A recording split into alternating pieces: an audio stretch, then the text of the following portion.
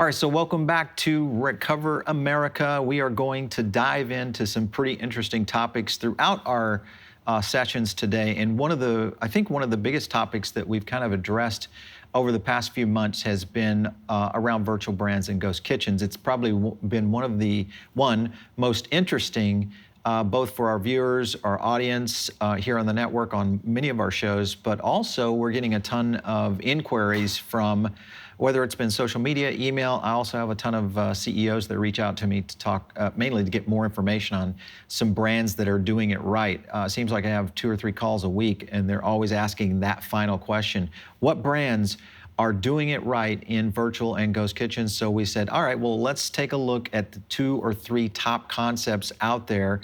And you're gonna recognize both these leaders because they've been around the block in terms of the fast casual category. And both of them have done an excellent job in developing some virtual brands and ghost kitchen concepts. So today with me, I've got Geoff Alexander, who of course is famous from Wow Bao out of Chicago and his virtual brand development. So welcome to the show, Geoff. Thank you. Thanks for having me.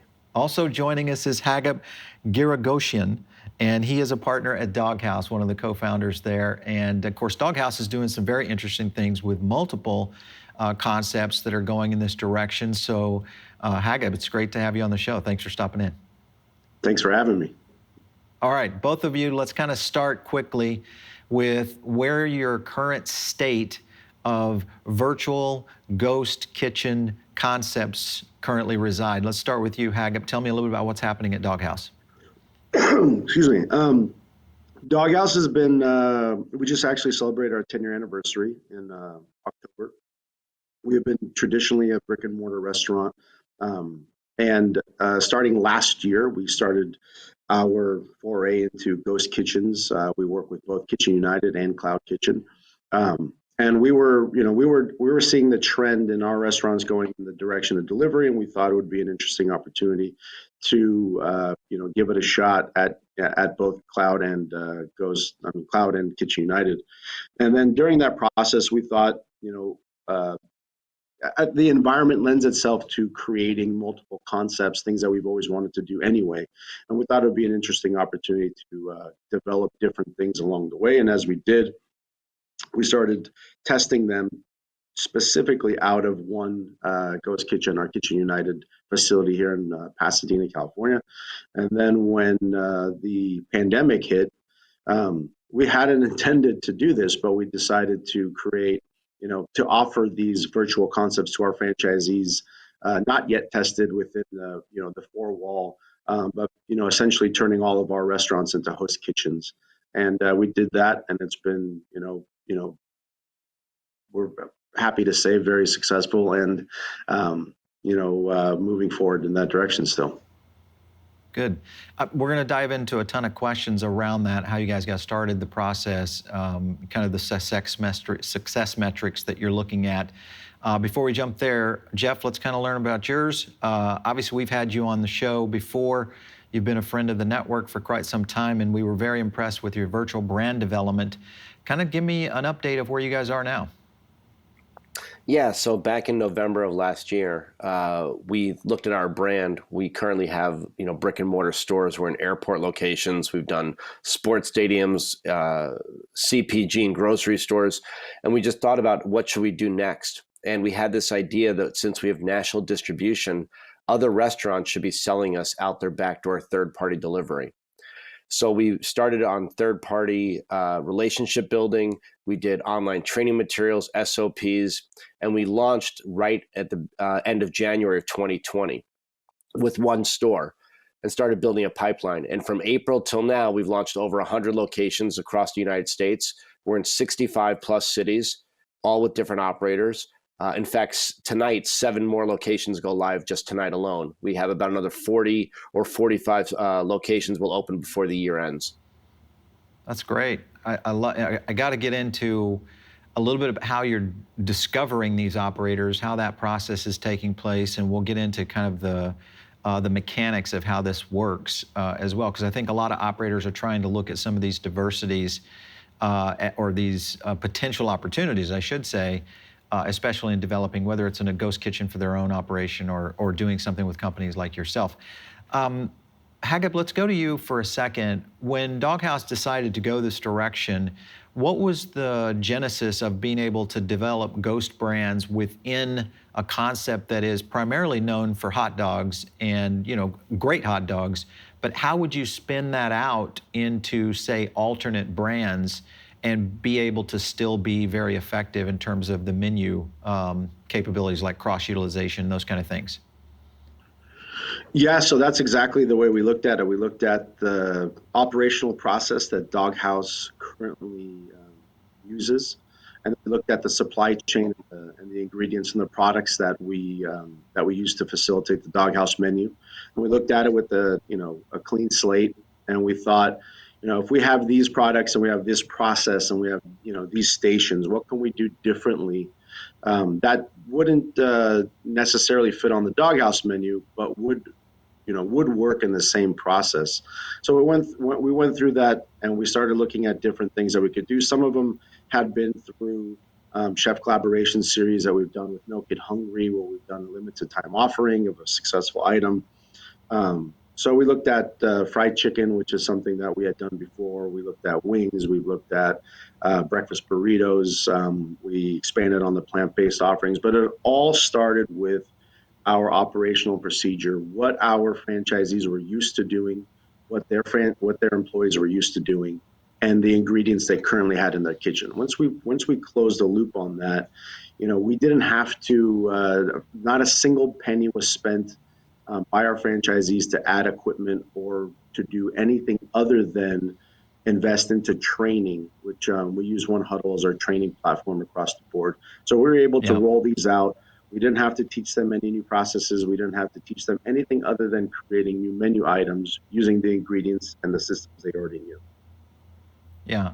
So did you guys, obviously you're using the third-party platforms and a lot of these marketplaces to kind of get the brand out there. But my question is, are you finding customer crossover starting to occur within the Doghouse community? Like customers who are Doghouse customers realize, oh, you've got a virtual or a ghost brand over here. Yes, and they absolutely. jump to using that brand as an alternative. Is that another model for you guys? Yeah, so I think one of the benefits of being, having a successful main brand and then creating virtual concepts is you already have customers that love what you do, trust you, and are excited about the new things that you're offering. And I've always been pretty comfortable in our business knowing that we're not going to have a customer come to Doghouse 7 times a week, but that same customer with their same habits and the same things that they like to enjoy will go to similar or like brands. And in this process, we've created those similar and like brands using the same ideas that Doghouse had been founded on. And because we are able to piggyback off of our success, we've been able to then target the same customer, let them know it's coming from the same place, a trusted source, and that's been very, I think, successful. So, I don't think that they're dumping Doghouse as a concept, but they're definitely adding different places to go to. Yeah. And I can definitely see that to come through. Yeah, and variety is a big thing, and I think that's what we're seeing more so than not, especially in the era of this crisis. People want they're kind of pent up in their locations. They're looking for that variety that they don't necessarily get a chance to get very often. So I think that's one thing that's definitely going to be able to help brands like yourself grow and continue to grow market share. Geoff, when you look at your approach, because yours is a bit different, it's actually transporting, the Wow Bao brand into other brands, and then having them basically kind of evangelize what you guys have built. What is the process for, because it's not necessarily a franchise. Is it more like a license opportunity for them? It's a resale. We do what's called a resale agreement. So we are selling them the product, and then the operator is reselling it out their back door, third-party delivery. And it's only available through those apps. We are not customer-facing. Right, right. So when you select the resellers that are applying, do they go through an application process? Kind of what's the walkthrough of an operator that wants to get into becoming, a bow dealer, so to speak? Sure. It's a great question. So originally, when we first started this, it was all network, right? Who do we know from either my own network, from our private equity group, from Let Us Entertain You, and we went out to friends and family. Now, if you go to our website, there's actually an inquiry page where give us some information about yourself. And then when that inquiry comes in, we vet you, so to speak. We look at your Yelp Okay. reviews, we look at your location, we look at your menu, what food offerings you're doing. And if we think you're a strong enough operator and a good fit to what we're doing, we take it to the next step where we send you our agreement, we send you our deck, and we set up a phone interview basically where you can ask us questions about what we're doing, and we can get a feel for the operator that you are. It's really, though, more than anything else, it's really word of mouth. I mean, you started this during your introduction. You were saying you're getting 2 or 3 phone calls, a week. I hope you pass them all over to us and let all those operators, start serving Wow Bao. But it's really word of mouth more than anything else. If operators are successful in doing the numbers they want to be doing, they're going to bring more operators to the table for us. Yeah. It's interesting, I think, when you look at the leaders. I talked to a ton of these guys throughout the year, but this year it seems that we've really ramped up communications because everybody's kind of learning from each other in terms of what's worked, what's worked, what hasn't worked, what are they doing in this particular case. And this whole topic of virtual brands and ghost kitchens is one that I think is definitely going to be here for a long time.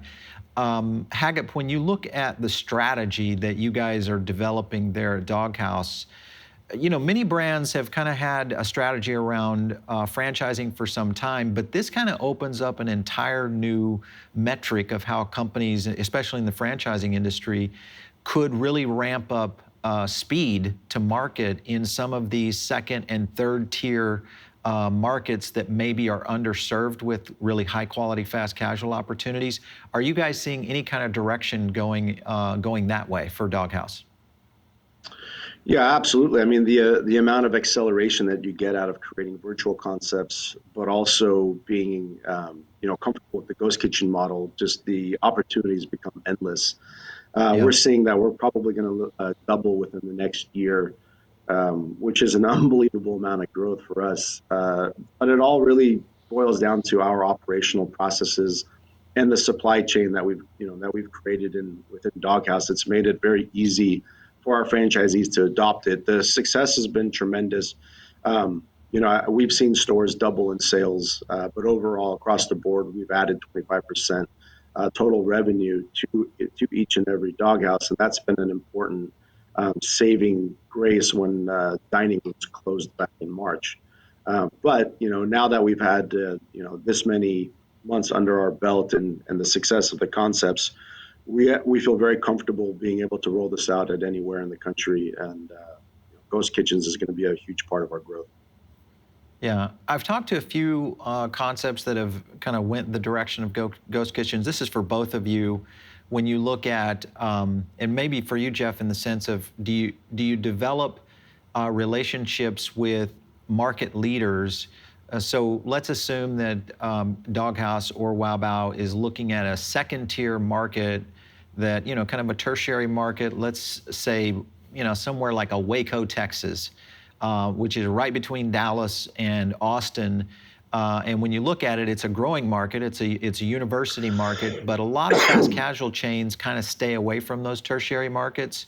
Would this be an opportunity for both your brands to drop into a market like that if you had the right operator involved with you?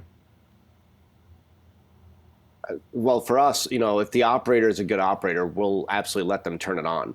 I mean, look, we're getting a lot of great data from this. We're getting the operators growing sales, the operators, keeping the lights on, paying rent, paying employees. Right. That's all great for the operator. On our side, we're getting brand growth, right? Our name is getting more on a national scale. I mean, from April till October, we opened 100 locations. Yeah. And from April to December, we're going to do 140. I don't know if anyone's ever gone that fast. We'll be at 200, before the end of the first quarter. Yeah. So not only are we getting our national footprint out there, but we're not looking at this time to do more brick and mortar, but we are getting great data on all these different cities and what works and what's not working and where we're doing better over the other locations. Well, and I think with the sales data, Geoff, that you guys are pulling in, I mean, that is a brilliant application, because you're going to be able to almost go out and do market tests without actually doing market tests. So you get Right, all this back in. Right. The other thing is that, to your point, when you go to these other tier markets like the Waco, there's probably, not always, but a much smaller competitive set. What we bring to the table is we're bringing an ethnic cuisine. Not everybody can serve Chinese. Most people stay away from Chinese. We've taken the difficult of the cuisine, culinary aspect out of the mix, and made it easy for the operator to do. So they're able to go into these other markets where they probably have a much smaller competitive set. We're not another burger or another pizza or another wing concept. We are an ethnic cuisine that probably doesn't have other operators that are bringing it on, which allows for success for those operators who do turn us on to see great results. We have an operator in Minneapolis who did $9,000 in 1 week. Bloomington, Indiana has done back-to-back weeks of like 4 weeks in a row of $5,500 to $6,000 a week. So we're next week we enter Fargo, North Dakota. So we're seeing really success in these other tier markets that you're talking about. Yeah, yeah. Which, you know, when you think about I know I kind of lean back to fast casual more and more, but it's only because this particular category seems to be the one category in the restaurant industry that is doing better than some of the others. And when you look at fast casual and kind of these A+ brands like both of you have, being able to get those brands into these somewhat food deserts is a big deal. I mean, it's a massive thing. When you look at some of I remember a decade ago, we were doing a study around Sonic Drive-In. When Sonic Drive-In, and they went this particular approach going to these tertiary markets. And when a Sonic went into these small towns, it became the champion of that location. And the numbers, I mean, these guys were doing $10,000 days. These were unbelievable in towns that were, 200,000 people. So there's a lot of opportunity out there, I think, for concepts like this going. Hagop, I want to talk to you a little bit about, and Geoff, I want to hit you guys up on marketing. When you get to a ghost brand, obviously you're losing the opportunity to have a brick and mortar, typically. Or at least the presence of that brick and mortar. That's kind of that, that billboard that you would typically have, like a Doghouse or a Wow Bao. How do you go about the process of marketing these virtual brands to the end user? We'll start with you, Hagop. We started by first, piggybacking off of Doghouse. That's been a, tremendous success for us. Doghouse has been around for 10 years. We have just on Instagram, we have over 120,000 followers. And so that lended a speed that was able for us to penetrate a market at the same time, piggybacking off of previous success. But also, I think something that Doghouse has done very well is that we're incredibly collaborative company. We work with many different chefs. We also work with many different brands, including like Impossible Foods and Cholula, Beyond Meats, but also other partners like Live Nation, which has been a tremendous support to Doghouse. So that type of collaborative effort has been really helpful, whether it's through limited time offerings, that creation on its own, and then the support that you get from those partners makes it a lot easier to penetrate.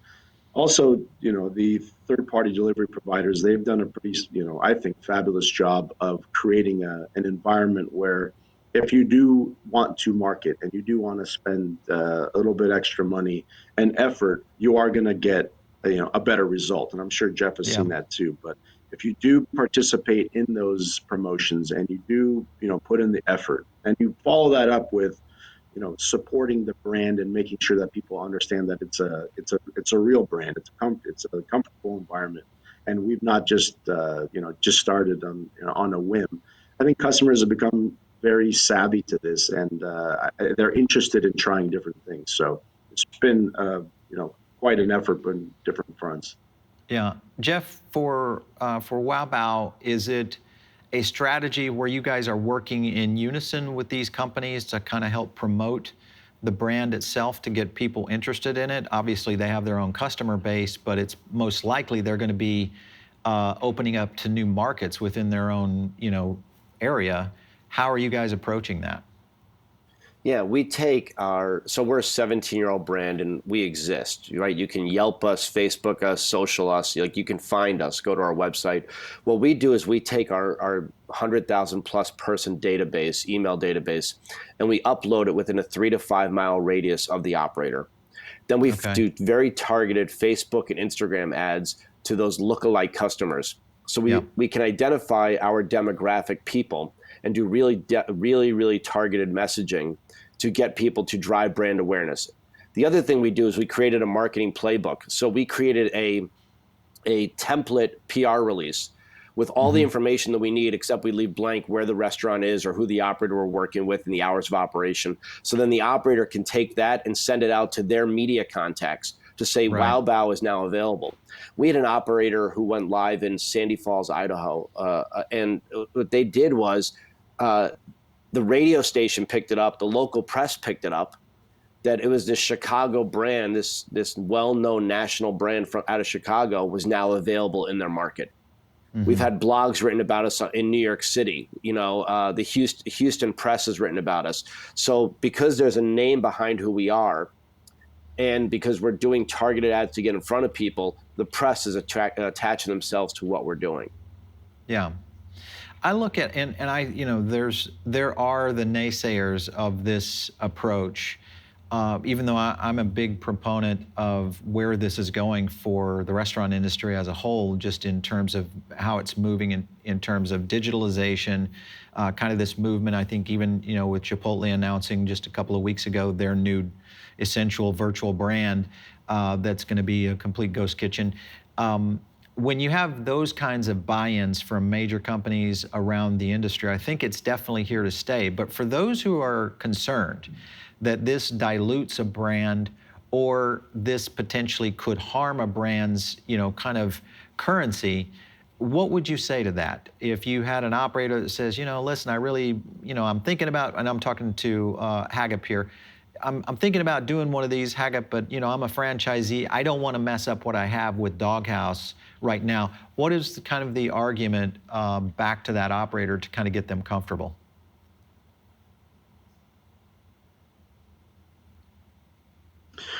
That has actually happened. And for us, we have not made this mandatory, but we would show them the successes that Yeah. we've had. And so for anybody that's a naysayer, I actually understand that. But for example, when you're in the franchising market, and just like you were talking about earlier, whether it's a tertiary market or it's a prime market, people's desires change on a daily basis. And for example, we have a location in Lincoln Park, Chicago, Yeah. which is a very strong hot dog and sausage community.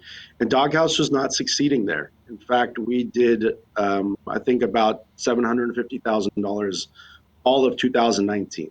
It's already done at the end of November.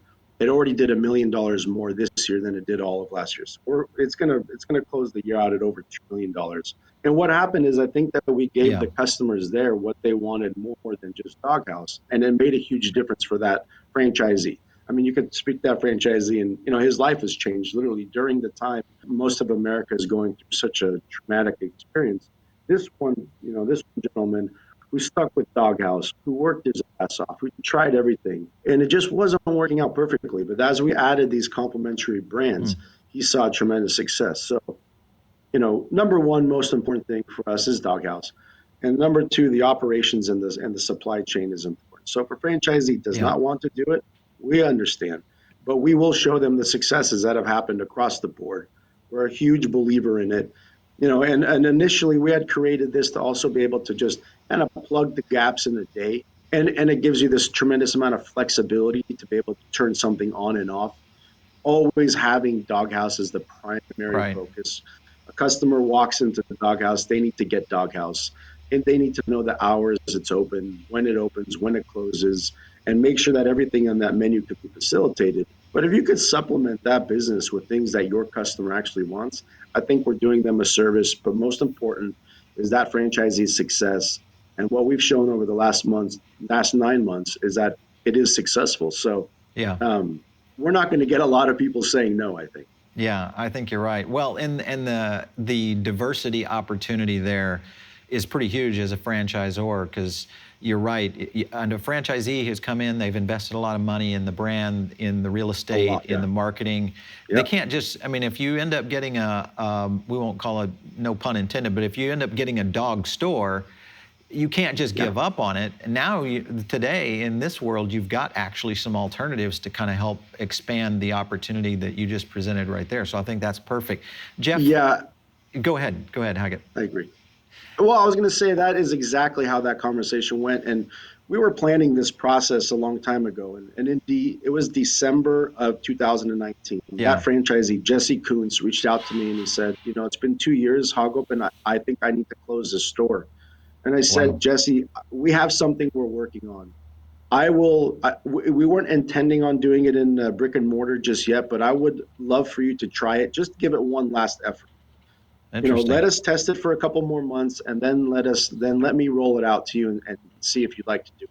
Now, I didn't Yeah, realize in March that everybody was going to close their dining room. So instead of just being Jesse's store, it ended up being everybody's. But it's exactly like you said. This guy invested a lot of money, put personal guarantees on things, and it was our responsibility yeah, to help him succeed. And that's yeah. exactly what happened. And that diversity is huge. I love it. Geoff, I want to end with Yeah. you, because this is kind of a concern I have when I think about the Wowbrow brand. It's one of those brands that I love. When I come to Chicago, it's one of the top spots for me to hit. Great product. How do you, or do you get concerned with an operator that gets the license or the reseller agreement, and they take the brand in a direction maybe that you're not necessarily wanting it to go? Are you concerned about that at all, or do you feel like, no, we're really going through a lot of vetting to make sure we've got the right people? It's a good question, and you're always going to worry about your brand, right? That's what you created, and you want to make sure it's secure. The good thing for us is our product can't be messed up, right? Yeah, When it comes to you, it's safe, it's consistent. You're steaming it. As all you're doing is you're steaming the product. So from a consistency standpoint, I'm not worried. We're also, since we're only working with the operator right now through third party, there's not a lot they can do to damage the reputation or mess up what it is we've created. So look, I'm not going to say we're not worried about it. We haven't felt it yet. We haven't faced it yeah, yet. But we have a lot. Every one of our operators gets assigned an account manager, and that account yeah, manager starts with them from the day the resale agreement is signed to coordinate them getting launched, and then is with them for the life cycle that they're involved with us. And we talk to them every week, and we look at their sales every week, and we look at what in-app promos are doing, and we audit the third parties, and we check the reviews online. So we're very in tune. We're not hands yeah. off in any way. We are making Interesting. a commitment to the operator to grow their sales and help them during this difficult time. And just like Hagop, we did not create this for COVID. We Yeah, created this ahead of it. So we got a lot of things in place where a lot of other people have sort of come to market quickly, and they're playing catch up. yeah, And I think that's given us a leg up in making sure that the relationship is right, that the relationship is secure, that yeah. everyone's going to win and I think everyone's that's going to get done exactly what they it. need to Yeah, do. I agree. Yeah. Well, I think both your brands have been way ahead of the curve here. That's it. So congratulations on what you both are doing. Yeah. We're going to continue to watch this, because I think this is going to be a huge market development over the next few years. And I think both you guys are going to be at the top of the totem pole in terms of growth, it sounds like. So congrats. Thanks again for stopping in on the session today. We really appreciate it. Thank you. Thanks for your time, and stay safe. You bet. All right, so Thanks for having us. you guys, of course, have caught many of our sessions here on Recover America. The goal, of course, of this virtual event is really to kind of do this, share ideas and concepts that are working across America, especially in a space that we're really struggling in right now in terms of the restaurant industry. So make sure, tune in for more sessions. We will be having more events here on Recover America, so you can make sure and visit the website to make sure and register for more great content right here from Recover America. We'll catch you soon. Take care.